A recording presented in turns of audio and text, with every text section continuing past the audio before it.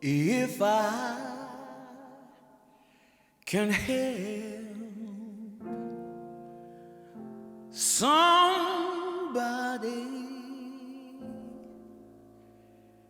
as I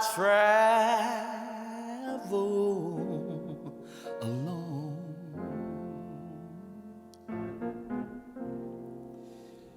and if I can help somebody with a word or a song, yeah, if I can help somebody, yeah, from doing wrong, then I know my living,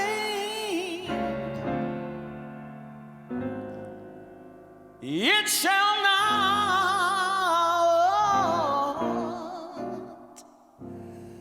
oh Lord, it shall not be in vain.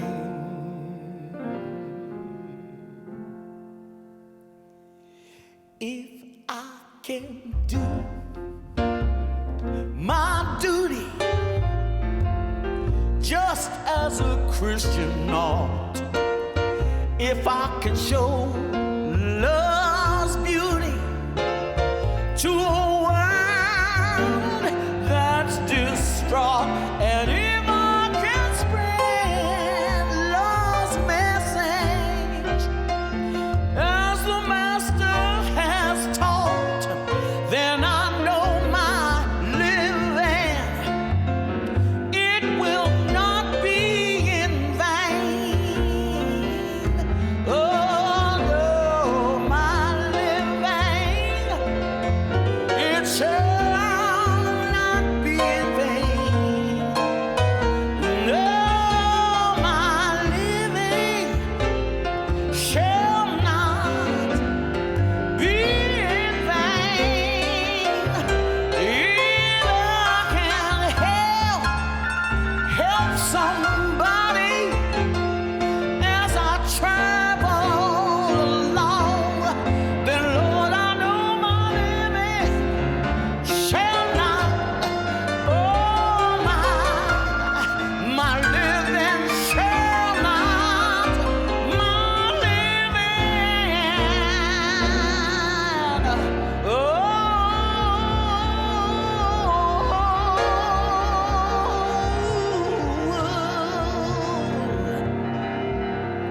Reverend Anthony, Dr. Hazel, your living has not,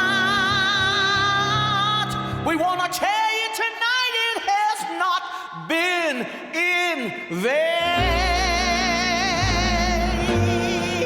Thank you, thank you, thank you.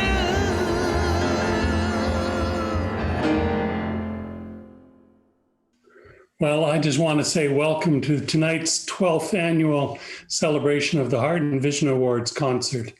Thanks to Jackie Richardson and Russ Boswell and Jason Justat for our musical opening, which they recorded last week in Toronto, along with the rest of the music that you'll be hearing tonight.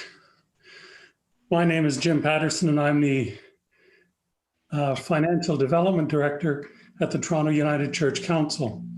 I'm your MC this evening, and I'm presenting live from my home. I'm not really the MC, Ron's the MC, and I just got thrown onto the stage. And we're hoping he'll come back soon, Jim, but you're doing a great job, so carry on. Tonight, our Heart and Vision Awards concert is coming to you from different parts of Southern Ontario. We're trying something different because of the COVID-19 outbreak. Please forgive any technical glitches, by which we mean things like computer systems going down. We're just trying to figure this out. We acknowledge with gratitude that we gather on the traditional territory of the Huron-Wendat, Peyton, Seneca, and the Mississauga of the Credit, and other Indigenous peoples. This territory is covered by the Dish with One Spoon Wampum Belt Covenant, an agreement between the Haudenosaunee and the Ojibwe and allied nations to peaceably share and care for the lands around the Great Lakes. Today, Southern Ontario is home to many Indigenous people from across Turtle Island, including survivors and intergenerational family members who have been impacted by the legacy of the residential school system. We honor them as we stand committed to be partners in healing, reconciliation, and justice. We appreciate the support of the BMO Financial Group for this, their 12th year of event sponsorship. And I want to thank you for all tuning in this evening. It's going to be a great night of music and sharing. We appreciate the time you're taking to focus on this issue, critical issue, of anti-Black racism. In naming racism as being anti-Black, we're not trying to gauge the relative importance of the racism that one group experiences over another. Our intention is not to measure ill will, but to reduce it. If one particular demographic group doesn't enjoy the benefits the rest of us have, we have to ask ourselves why. Why do some First Nations communities not have access to fresh water? Why are some children not cared for with an equal level of government investment in health and education as other children? Why do Black parents have to warn their children to keep their hands visible and on the wheel when stopped by police? These and so many other challenges point to systemic failures. The Reverend Dr. Anthony Bailey, one of tonight's honorees, astutely points out that the phrase Black Lives Matter is a shortening of the longer statement, Black Lives Matter as much as others' lives. The awful reality is that today, here in Canada and elsewhere, we need to be reminded of that. Tonight, we don't propose to remedy these challenges here tonight. We are simply opening our hearts to listen to the wisdom of church people who have experienced anti-Black racism. We are going to hear some uncomfortable truths from our colleagues. We trust their insights. The civil rights movement of the 1950s and 60s raised our hopes that justice would prevail.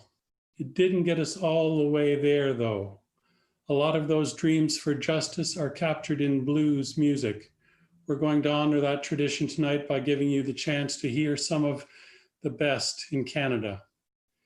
In recent years, the United Church has led its membership to embrace the truth that we are all treaty people. Tonight, we're going to hear the voices of people who have experienced anti-Black racism. They too are treaty people, and those of us within the church must ask ourselves, how can we help make things better? Tonight, we're honoring Dr. Hazel Bigby and the Reverend Dr. Anthony Bailey for their work and advocacy, all of which has been based within the structures of our beloved United Church. But where their hearts have shared our love of the church, their eyes have focused on a dramatically different reality. Listen to their witness. Before we get to the awards, I want to invite you to meet Adele Halliday. She has been appointed to the new Anti-Racism and Equity Office, part of the General Council's recent declaration that the United Church will be anti-racist. Adele has worked on the church's social justice initiatives for 16 years. She recorded this greeting to you a few days ago in Toronto. Hello and good evening. My name is Adele Halliday and I work at the National Office of the United Church of Canada. I recently became the United Church's Anti-Racism and Equity Officer. Part of my staff role is to work with people across the church in challenging systemic racism and working towards eliminating inequalities and inequities in church and beyond. Some of you may know that the United Church is not new to working on questions of anti-racism. Rather, the church has been involved in the struggle towards racial justice since the 1960s and beyond. and many people of the church have been deeply engaged in this work. Last month, the United Church made a commitment to becoming an anti-racist denomination, and that furthers the work that the church has already been engaged in.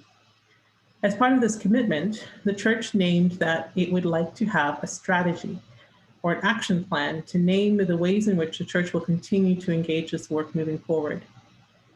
So in the months ahead, you may see an action plan that would invite your engagement and involvement in perhaps its development and implementation. And I hope that you might be some of the people who would be involved in engaging this work, moving it forward. I also wanted to offer my heartiest congratulations to Dr. Hazel Bigby and to the Reverend Dr. Anthony Bailey for your awards this evening. Both of you have been tireless advocates for challenging systemic racism and working to challenge anti-Black racism, both in church and beyond. You have been some of my personal mentors, and I wanted to thank you for your ongoing work. My only hope and prayer, one of my hopes and prayers, is that myself and people of the work will continue to build on the legacy of change that you and many others have created. So congratulations once again. I hope that everyone has a very pleasant evening this evening, and I hope that together we all might continue to work towards racial justice, both in church and beyond. Thank you. Thank you, Adele. I'm sure that you go with all of our best wishes into your coming years of effort on behalf of General Counsel. Now, let's take a moment again and listen to Jackie Richardson. Brown baby, brown baby,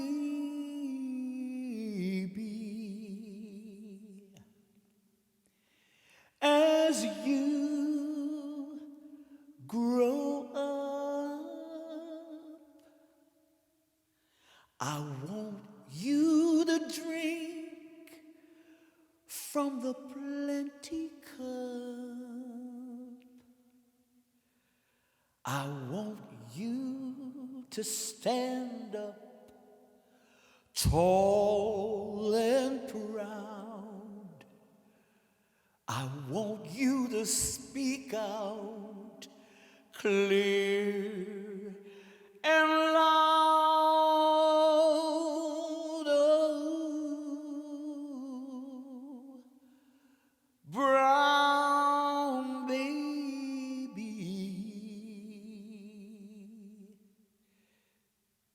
brown baby,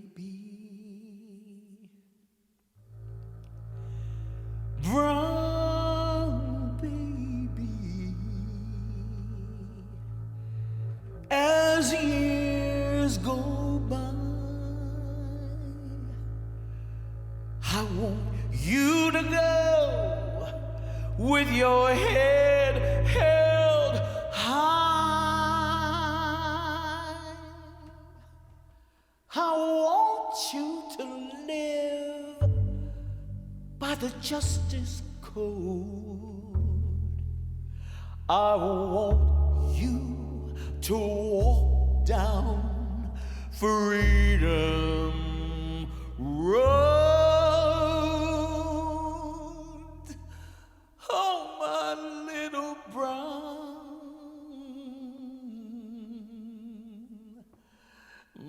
little brown baby. So lie away sleeping. Lie away, safe in my arms, while your mommy and daddy protect you and keep you safe from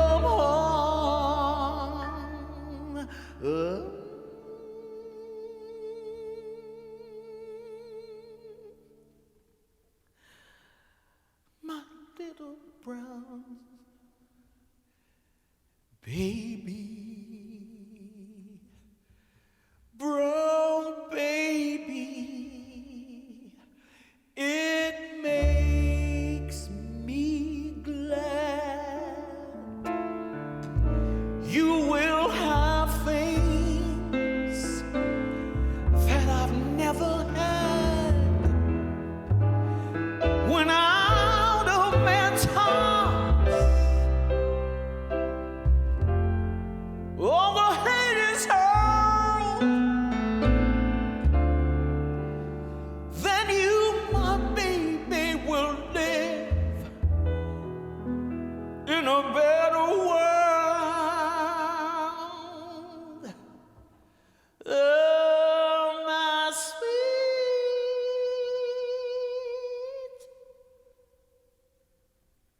my little brown,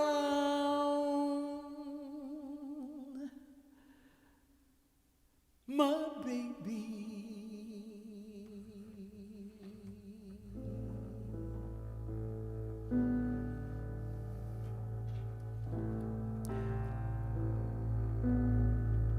Well, son, I tell you, life for me ain't been no crystal stair. It's had tacks in it, and splinters, and boards torn up. And sometimes there were places with no carpet on the floor, bare. But all the time, I've been climbing on and reaching landings and turning corners. And even those times going in the dark where there ain't been no light. So boy, don't you turn back. Don't you sit down on the steps 'cause you think it's kind of hard. 'Cause I still going, honey. I still climbing. And life for me ain't been no crystal stair. Mother to Son by Langston Hughes. My little brown baby.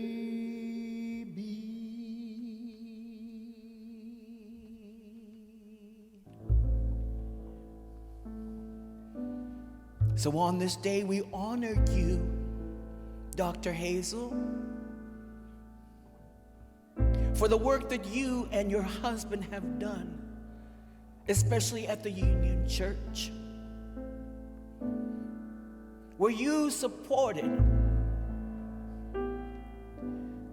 mothers and fathers who were striving to get their sons and daughters to go on that journey where they would reach that crystal stair.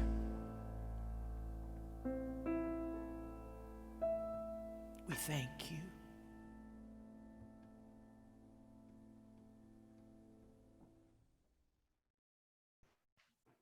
Thank you, Jackie Richardson. Jackie has the ability to say musically everything that we want to and aspire to share tonight. Jackie has also performed at 9 out of our past ceremonies. This is our 12th year, and she's been at 10 of them now. And in 2014, she didn't perform. Well, actually, she did perform, but she was a recipient of the award for her outstanding service to Toronto's community agencies. She is Toronto's best known jazz singer, and she takes us away, takes our hearts away. Jackie and all the past recipients of the Heart and Vision Award make up a stellar system, a list of system changers. Gordon Winch and Kathy Crow were recognized for their street ministries. Norman Jewison and Margaret Atwood were for crafting stories that move souls. David MacDonald chaired Canada's first Parliamentary Environment Committee. Stan McKay and Lois Wilson were recognized for their leadership in a spiritual approach to social justice ministries. Last year, we paid tribute to the life work of Margaret McCain, who raised awareness of the crucial nature of the early years to children's successful growth.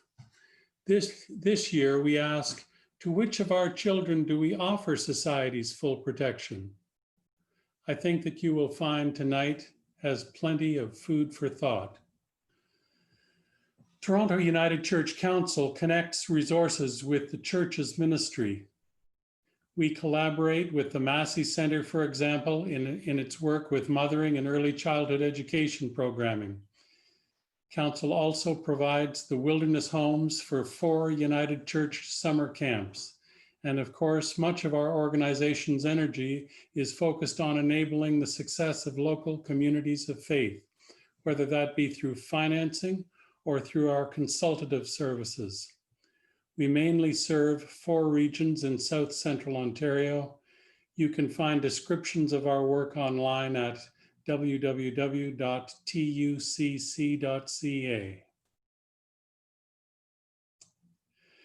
Now, Dr. Hazel E. Hume Bigby has spent much of her life serving congregations in Ontario and Quebec alongside her husband, the late Reverend Dr. Lester Bigby. Her volunteer efforts in service to the church included a term on the board of United Theological College in Montreal, 2 years as chair of Montreal Presbytery, membership of General Council and its executive and executive subcommittee. When the church was finding a language to communicate to a new generation, Hazel contributed extensively to the Whole People of God curriculum. Her contributions to conference planning and organizational administration have been a constant part of her life. Noteworthy is the leadership she offered to organizations such as Elizabeth House, a Montreal home for pregnant teenagers. I guess it's equivalent of our Massey Center, as well as her leadership of a series of ethnic ministries units and multicultural committees. She hosted and shared the spotlight with South Africa's Nelson Mandela, Bishop Desmond Tutu, and Walter Sisulu in leading Montreal's Union United Church to participate in anti-apartheid activism in the 1980s and 90s. That programming touched the heart of a city. Through her local congregations, Hazel Bigby's energies and creativity were linked to the communities in which she lived, beyond the church. Like many in the church, her volunteer service went beyond the local congregation to include regional and national church bodies. Listen to her stories. She recorded them at her home in Mississauga several days ago when Toronto United Church Council President Ross Leckie went to visit her. They revealed some of the challenges of being Black in a world dominated by white culture. The church is such an organization. Welcome. My name is Ross Leckie. It is good to have you with us this evening for the Heart and Vision event. We are doing our presentations quite differently this year than we have on previous occasions, and we thank Hazel Bigby for opening her home and offering us hospitality today. As president of Toronto United Church Council, I'm honored that I have been asked to do this presentation, and Hazel's work has been a blessing to our church in various United Church congregations, both locally and then regional work that she has done and national work. I've known Hazel for close to 20 years, was privileged to be her minister for some of that time. I've gotten to know her family, I've been encouraged by her, and even had the opportunity to travel with her to her homeland, Jamaica. All of that has given me an opportunity to witness her care for her community. She has lived her entire life in ministry to God's people. As we come to a new level of awareness of the social injustice suffered by our black neighbors. We can look back in gratitude on the lives of those who steadfastly educated us and built community with us. Hazel, you are a community builder. Hazel Hume Bigby, in recognition of your dedication to social justice and with gratitude for your commitment to raising the human spirit, Toronto United Church Council presents the 2020 Heart and Vision Award.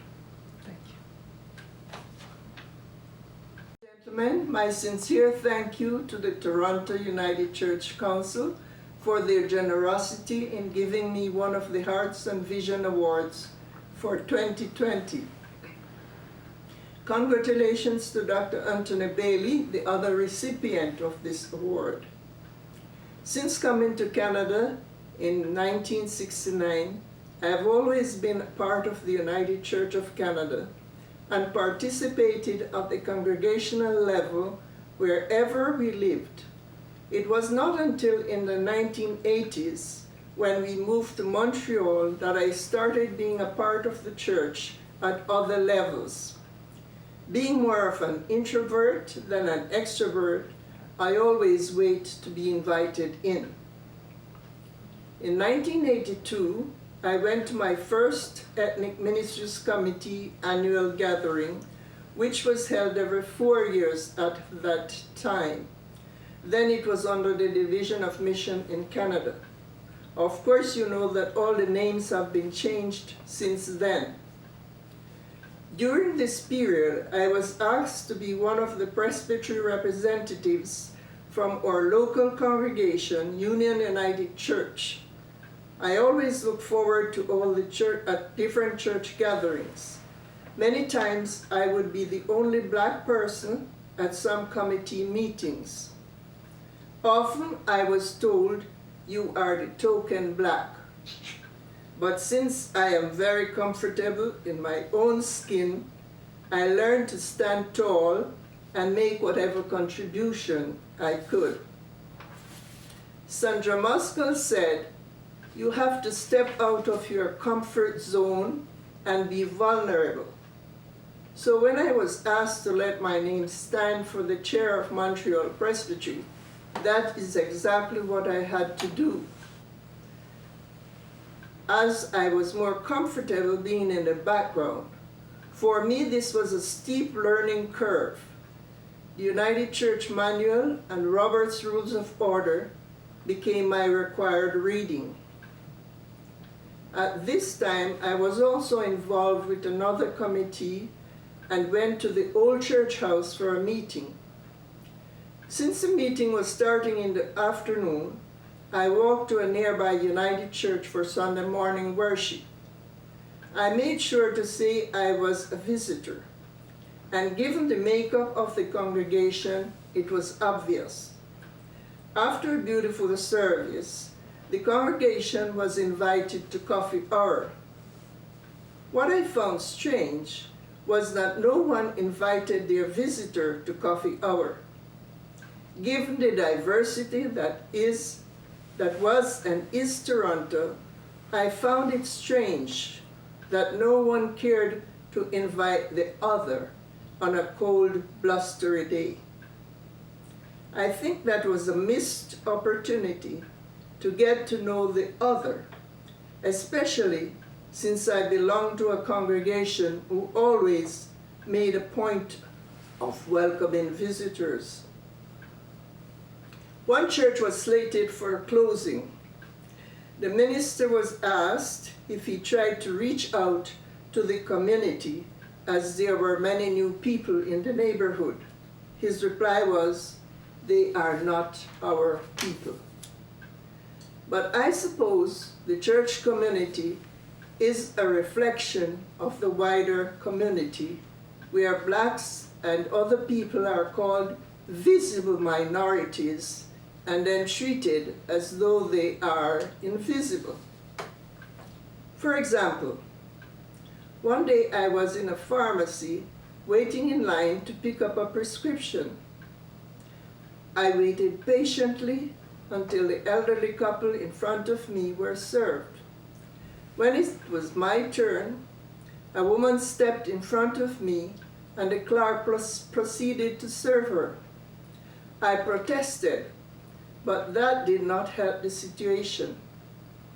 As a matter of fact, while I was elsewhere in the pharmacy, I heard the clerk complaining about me. This situation happens in other places too. Post office, supermarkets, stores, just about anywhere there's a lineup. One common practice of bus drivers is to stop short of the beginning of the queue if there are any black people in the lineup. One morning, 2 people and I were waiting at the head of the line, and being true to the invisible theory, the bus driver stopped at the 4th person, who just happened to be white. The person, realizing what was happening, stood back and motioned for us to go ahead. The bus driver was so upset that when I said, bonjour, he did not respond. The church is not innocent of the invisible theory. A friend was a member of a certain church. As long as she was inside, people would be nice to her, passing the sign of peace and all that. But as soon as they reached the parking lot, people would avert their eyes and pretend that they did not know her. After a while, she left that congregation, deciding that she did not need this type of treatment. Then there are other United Churches who do not want to share space with any ethnic congregation because they do not like the smell of their food. Several congregations would rather die as a church than invite the multicultural diversity that surrounds them to share in the life and work of the Creator, whom we profess to be serving. When I was asked to fill the vacant position of Outreach Director at Union Church, some people in presbytery said I should not be given the job. What they failed to realize was that I was asked to do the work as a volunteer because there was no funding available. If and when funding became available, then I would be paid. Eventually, funding was secured for a half-time position, but anyone who has worked in the church at half-time knows that you put in much more than half-time. Over the years, the position was increased to 3/4 time, then to full-time. I continued being a part of ethnic ministries for many years.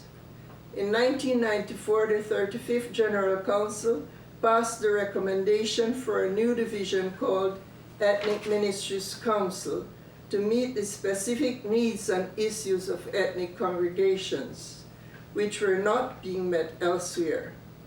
There are congregations where worship services are held in many languages other than English or French, because people want to worship God in their own mother tongue, the language they understand, the language in which they are free to express themselves, the language in which they want to talk to God. This was anxious but very exciting times for us in the ethnic ministries, and this new division came into being in 1996. At last, ethnic ministries had a seat and a voice at the General Council Executive, where its unique concerns, expectations, and experiences can be given a platform. Being co-chair and then chair of Ethnic Ministries Council gave me a better knowledge and understanding of the different cultural groups. We all worship the same God, but in different languages, and sometimes in different ways. I also experienced what Dr. Peggy McIntosh described as an invisible, weightless, knapsack of white privilege, where the majority of people within the church can have their say without having to consider or think about how it will impact their cultural group. This is not the reality for other cultural groups, where whatever is said or done by one person, whether in church or society, is seen as a reflection of the whole group. I do not want to seem to deny or negate anyone's experience, because some people have had very different experiences from mine. But my experience within the United Church, at the many levels where I was involved, was a largely positive one. I have participated in the life and work of the church with many cultural groups, grappled with many concepts and ideas, had my horizons expanded and broadened, and my faith deepened. Here's a quote from a letter I received from a First Nations person some time ago, and I quote, "Somehow, I'm not sure just how, your presence at the meeting was a comfort to me. I guess it could be as the fact that the United Church is no longer just white, but rather the church has incorporated at least one person of color in its executive. To me, that says that the church still has a long way to go to be inclusive of the diversity that is Canada. Jesus practiced radical love and radical inclusion. As people who choose to follow in his footsteps, we are called to do no less. Ladies and gentlemen, I thank you." Aretha Franklin, before she left this world, recorded this song, and she recognized the senselessness of violence. It's a song that moves the spirit, and may it move ours. You know they're watching.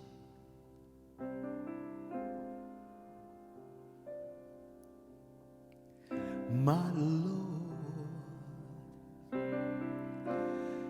I have read this book so many times, and never could I find the page that says what I experienced today has any grace. Oh, I know that life was meant to be hard, so I learned to appreciate my God. Though my courage may be tried, I can tell you I can't hide, because the footprints told me he was by my side. You can lie to a child with a smiling face, tell me that color ain't about a race. You can cast the first stone, break my bones, but you're never gonna break my faith and hope ain't yours to give. Truth and liberty are mine to live, still a crown from a king, break an angel's wings, but you're never gonna break my faith. Oh, Lord, Lord, Lord, Lord, won't you help them understand that when someone takes the life of an innocent man, oh, they never really won, because all they really done is set the soul free where it's supposed to be. You can lie to a child with a smiling face, tell me that color ain't about a race. You can cast the first stone, break my bones, but you never break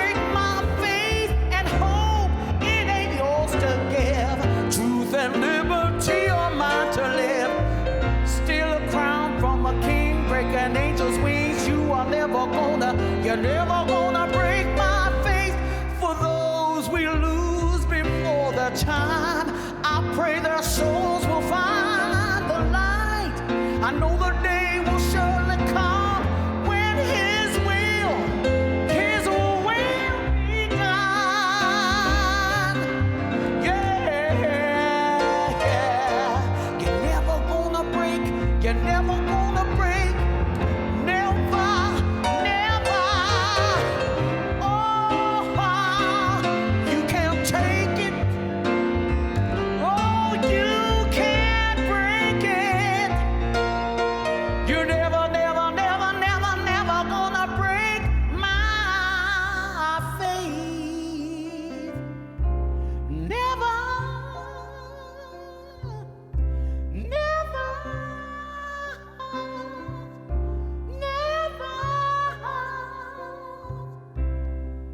God bless you, Reverend Dr. Anthony.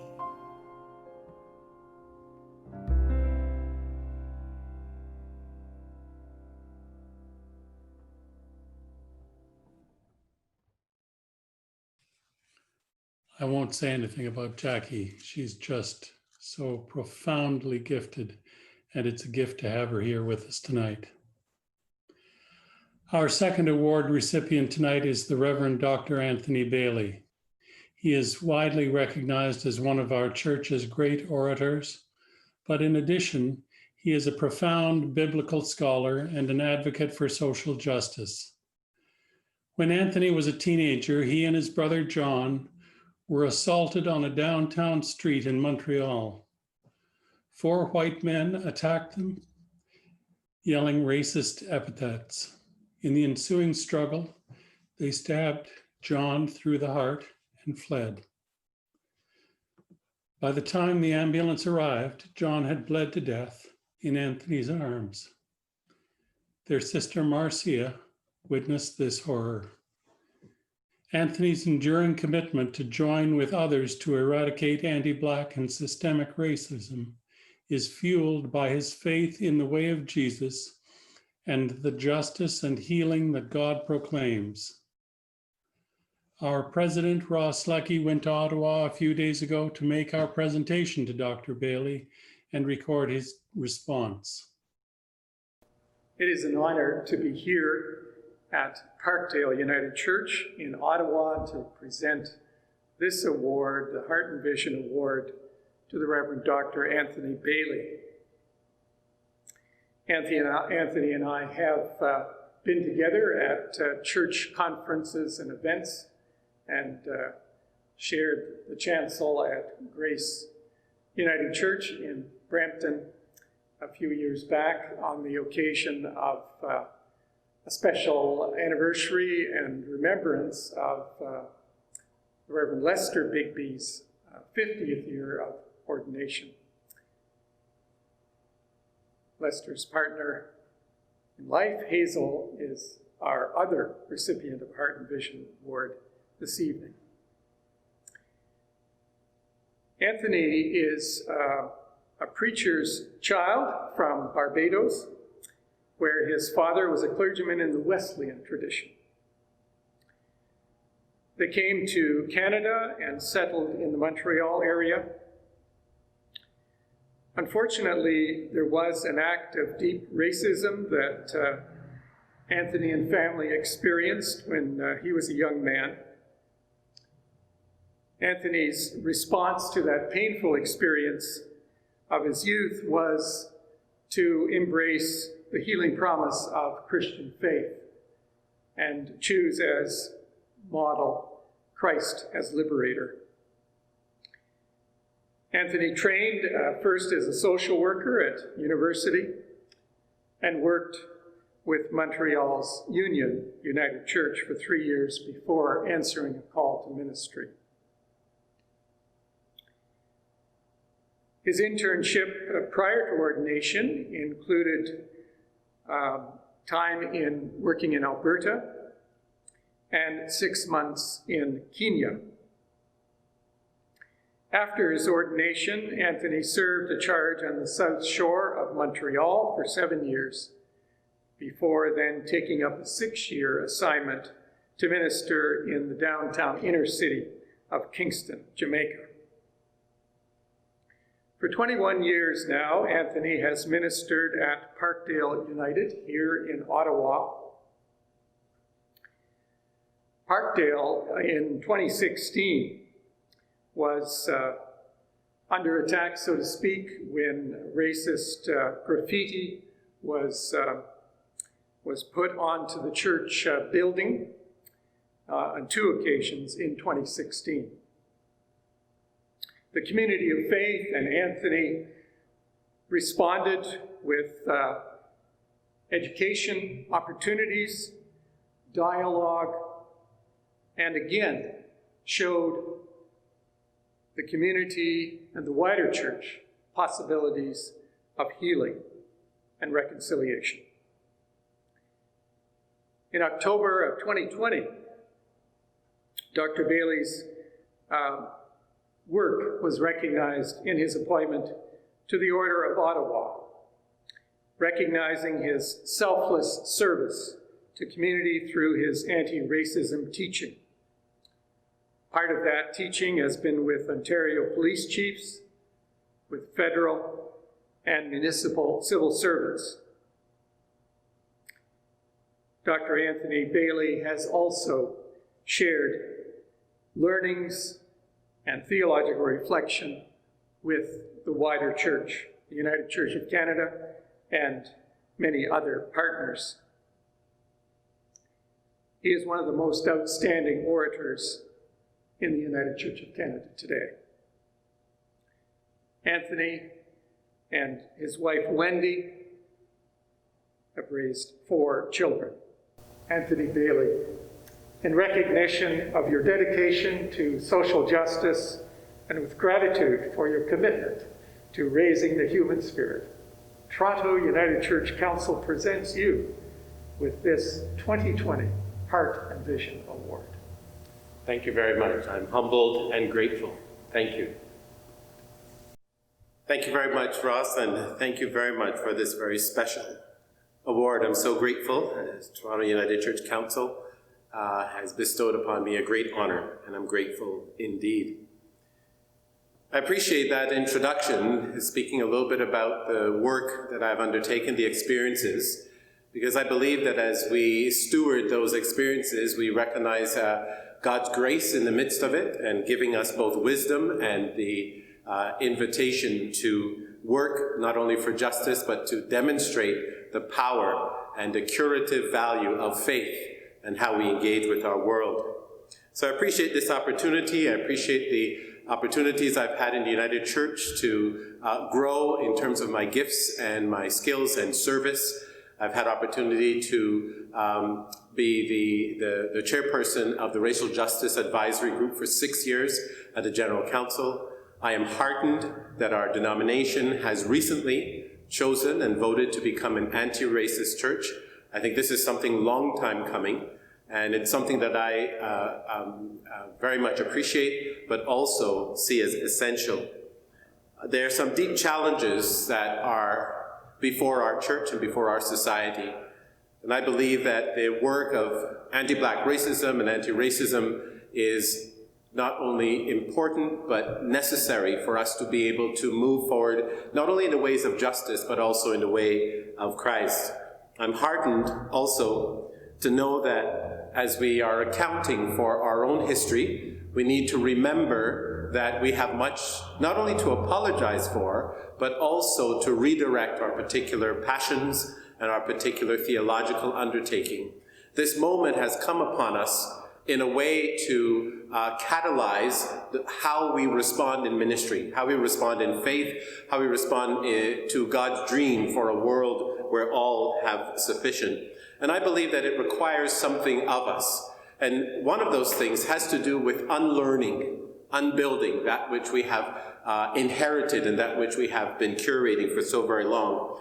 There's a very interesting sort of a poem parable by David Griebner called The Carpenter and the Unbuilder. And it's an interesting story about this carpenter who comes and recognizes that this invitation to a king's banquet, this partner that this unbuilder finds that he makes all kinds of excuses for going forward. And over the time of that relationship, as they're moving towards this invitation, this carpenter comes and reminds him that in order to move forward, there needs to also be some unbuilding. In other words, some unlearning of the things that we have curated and we have done for a very long time. So part of what I understand in terms of racial justice and anti-Black racism is to unlearn and to unbuild those not only systems, but ways of thought that cause us to act in particular ways systemically as well as personally.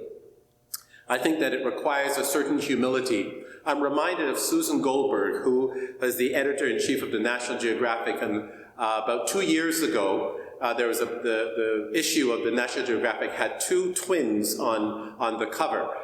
There were twins of Black and white parents. One twin was white, the other was Black, and it was a very curious genetic thing.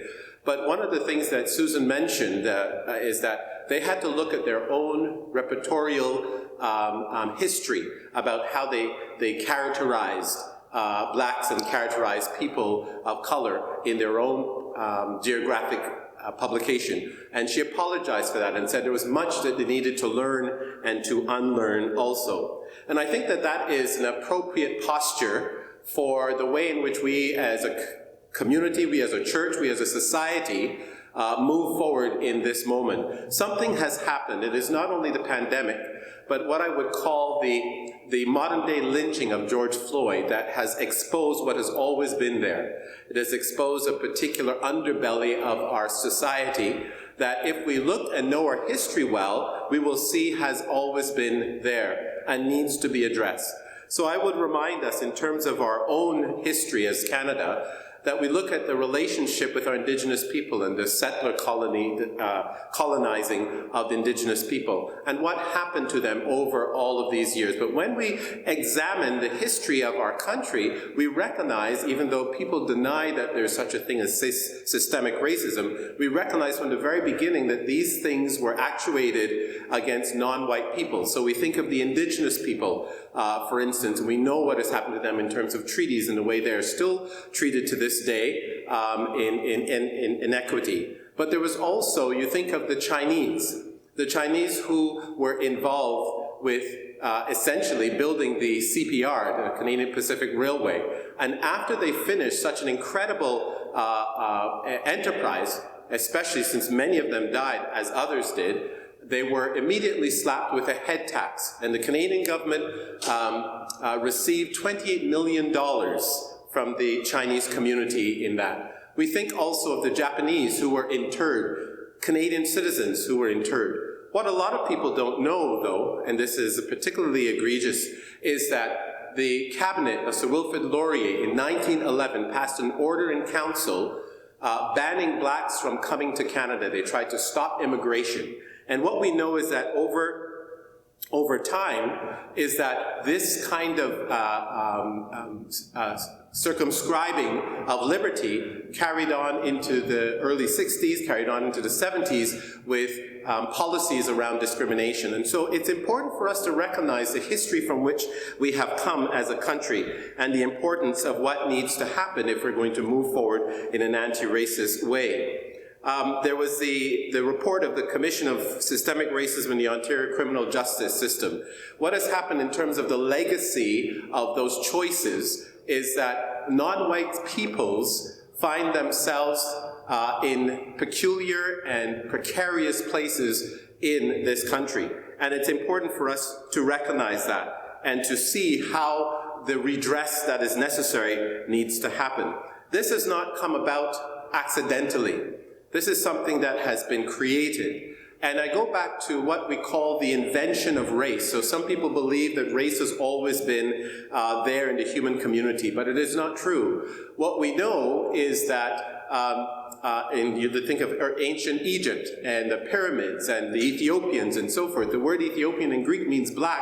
The great accomplishments within the African continent demonstrated the ingenuity and the wisdom that all peoples are imbued with.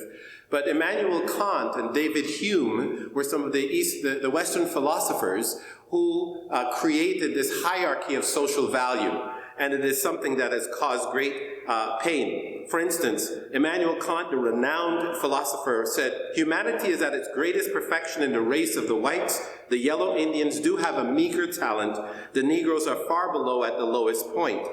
And David Hume writes, "I am apt to suspect that the Negroes, and in general all other species of men, to be naturally inferior to the whites. There never was any civilized nation other than the complexion of white, nor even any individual eminent in action or speculation." So the way in which we find ourselves mired in this notion of the devaluation of certain peoples who are non-white has come from a particular both philosophical as well as theological justification for this kind of circumscribed reality. And yet, the facts do not bear this out. We look not only, as I mentioned, in terms of Africa and what is the accomplishments, but think of the things that we use every day that were created or invented by black people. So I'll just give an example of them. The stethoscope, the ironing board, the baby buggy, the bicycle frame, the modern guitar, the euphonica, the traffic light, the blood plasma bag. If any of you have had operations and needed a blood bank, it came from Dr. Charles Drew, who was a black doctor. Came to McGill and invented this, the pencil sharpener, the lawnmower, the self-lubricating cap, the electric lamp bulb, the spark plug, the automatic gear shift, things we use every day, we don't realize were actually invented and provided to the human community by people of African descent. We think about what we use today, for instance, our Google and our Bing search engines and so forth.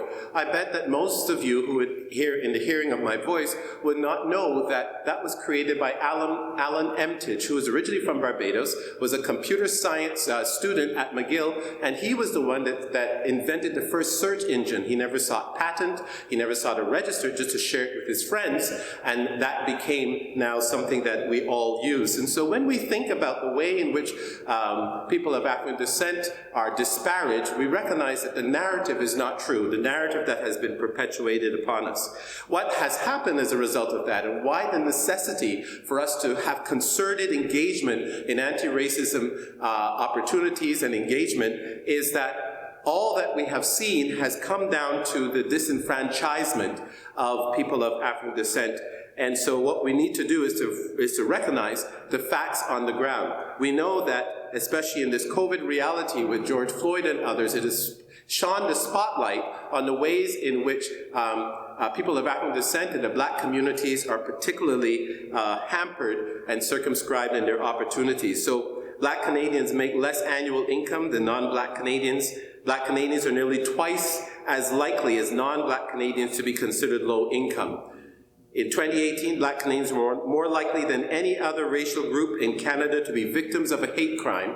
And you heard Ross speak about the hate crime that was perpetrated on our church in 2016 on 2 occasions, that we as a community of faith, following the way of Jesus, sought to be restorative and reconciling, and we entered into a collaborative justice with the perpetrator of the second attack on our church. And over the course of 3 years, though not necessarily meeting that person, but through intermediaries, we worked with that young person. We helped them get materials for their job, and we did all kinds of things to begin to demonstrate a restorative, collaborative love and a reconciling capacity. And the good news about that is that this young person renounced all the white supremacy ideology and renounced racism, and is now contributing in a very positive way in the society. In responding to the hate crimes that are undertaken, we're also concerned about the systemic racism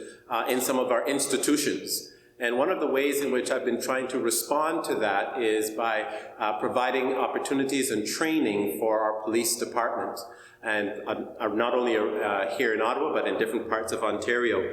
The Canadian Police Association President, Tom Stamatakis, has said that all levels of policing have to address systemic racism.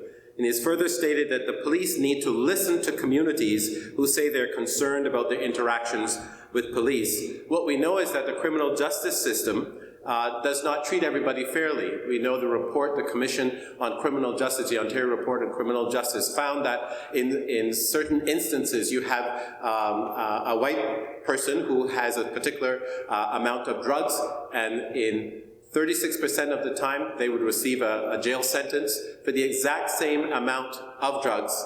A black person, the average was 55% of those were in prison. And so this could not be accounted just for the notions of judges. It seemed as a systemic issue. So systemic racial and bias barriers to meaningful employment and advancement need to be identified and dismantled. And this is the work of anti-racism. This is the work of trying to help us realize God's dream for all to have enough and all to thrive. And I think it's important, especially as a church community, that we go to our scriptures and recognize things that we have not seen before. And it has to do with the way in which we find the presence of blacks in the scriptures that we perhaps have read all of our lives and have not seen their particular contribution in terms of our theological and our religious heritage. We think, for instance, in Numbers 12, Moses marries a Cushite. Now what some people may not remember, the word Cush in Greek means black. And so Moses marries a black Cushite, and Miriam and Aaron, his siblings, are upset with him. And we read in that particular chapter God getting angry with them and telling them this was not appropriate. And it's important that we recognize that. We also see in Amos, Amos talks about a very radical announcement as a prophet. And it says that, "Are you, the Israelites, not the same to me as the Ethiopians?" That is what the prophet says about how God treats the Ethiopians. The Cushites, declares the Lord. "Did I not bring Israel up from Egypt, and the Philistines from Caphtor, and the Arameans from Kir?" And this demonstrates that Exodus was performed not only for Israelites, but for others also. So when we broaden our theological understanding and our biblical understanding, we recognize that God's desire and God's purpose for all of humanity is to receive what they need and to receive the abundance and the justice. We think also of the Cushite, Ebed-Melech. In Jeremiah 38 and 39, we read of this particular person who played a very important role. And Ebed-Melech was the one who saved Jeremiah from the cistern when he was put in there and would have died perhaps if this Cushite, this black one, had not come. We think also of the prophet in our corpus of the Bible, Zephaniah. It says, as you read the opening inscription, Zephaniah, the son of Cushi, the son of a black one.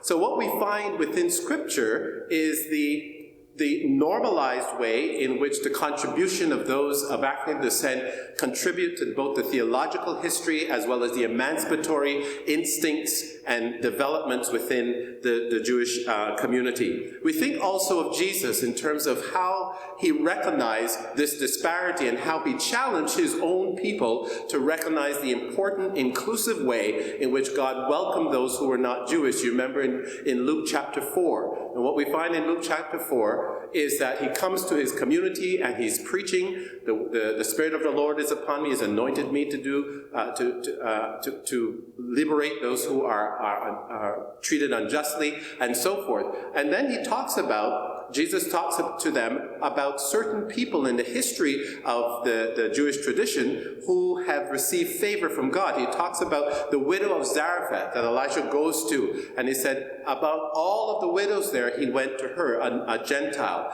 And also, he talks about Naaman, the Syrian general, who received, of all those who had leprosy, who received healing from Elijah.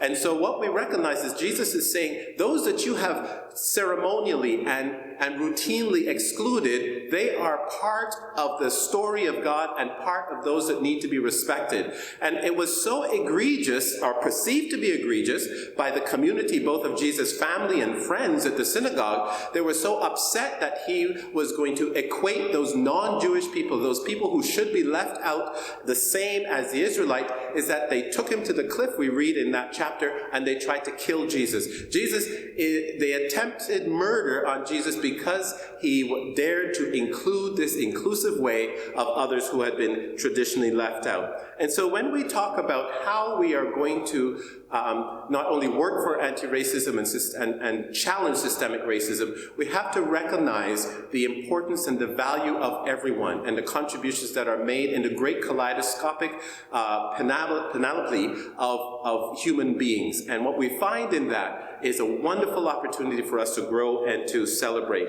And so what I would like to leave the audience with as we think about how we continue to support each other in anti-racism and anti-systemic racism and not only engaging with that, but coming and forming alliances, is that we have to understand what are some of the steps that could be taken. We have to move from neutrality. People say, well, I'm not going to get involved. But if you are neutral, you're actually supporting the status quo. And so it invites us to a certain kind of allyship. And what I would like to take us through is the steps of this allyship. And the first thing in allyship is to ask what you do not know. Ask how you can help. What is the best way? Don't assume that you understand that. What would support look like? What would support an emancipatory allyship be for those who are trying to support the indigenous community, the Black community, racialized communities? What would be meaningful? And then it would be to access information, to seek out the information and see how you can grow and learn yourself. There are many books that are available, many resources, and many people who would be happy to talk with those who really want to see this happen. And then I would suggest that we avoid overly apologizing. What apologizing does as we look back and the expression of remorse, while it has its place, it can sometimes be an emotional escape, a way of escaping from the hard work of trying to engage with this. It helps you perhaps feel better, but you need to do more. And part of that then has to do with allowing the experience of racialized people to penetrate our psyche, to penetrate our experiences, to recognize things that we have not known before as they tell the stories, be open-minded and hospitable and humble enough to hear the pain and to celebrate the resilience. And that can lead us to becoming accomplices. Accomplices are those who participate genuinely, humbly, as well as concertedly for the work of anti-racism, for the work that will see systemic change take place among us. It is a kind of a committed allyship. And I want to end with this. There's a passage of scripture in Hebrews 10:24, and it says, "And let us consider how to provoke one another to love and good works or justice." In other words, sometimes the translations of that particular verse says, let us consider how to stir. That's much too tame, because the word is paroxysm, where we get our word paroxysm. Let us continue to learn how to provoke one another. In other words, we recognize that the present reality is not sufficient. We have to somehow, in a loving way, challenge each other to move in restorative ways, in healing ways, in just ways, so that we may indeed love one another with justice, love one another with hope, and love one another with love. Thank you. We're now at the end of our presentation. We really appreciate your being here with us tonight. And somehow this next 30 seconds is going to be the most difficult part of the evening, and that is when we just put our hands together and say thank you to our award recipients and to our musicians. I know that there's a gadget down here that I'm going to do something really weird, Jim. I'm going to invite everybody to open their mics and applaud. Okay. Open your mic and applaud.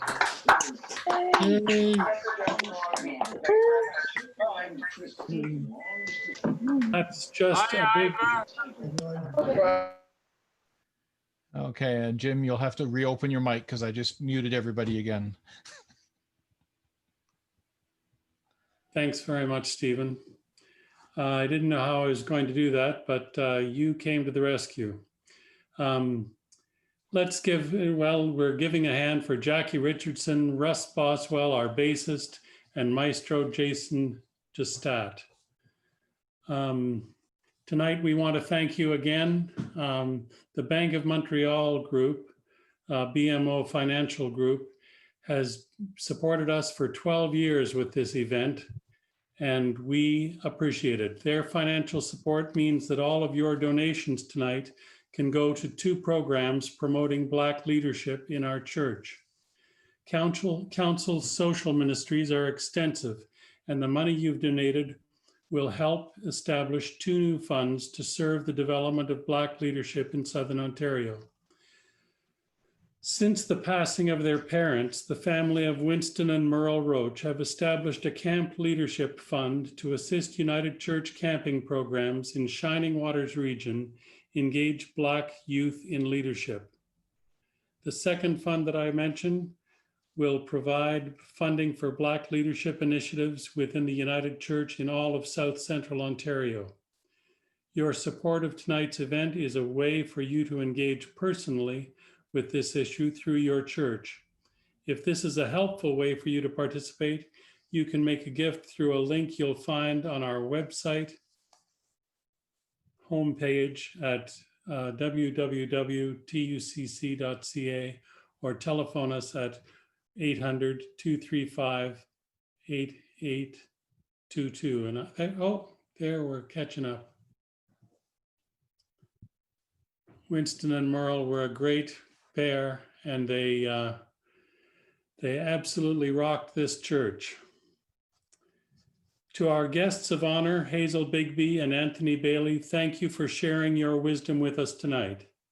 Thank you for helping us confront anti-Black racism within our church and within our communities.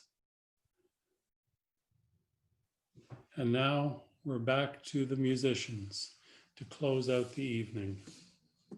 Thank you again.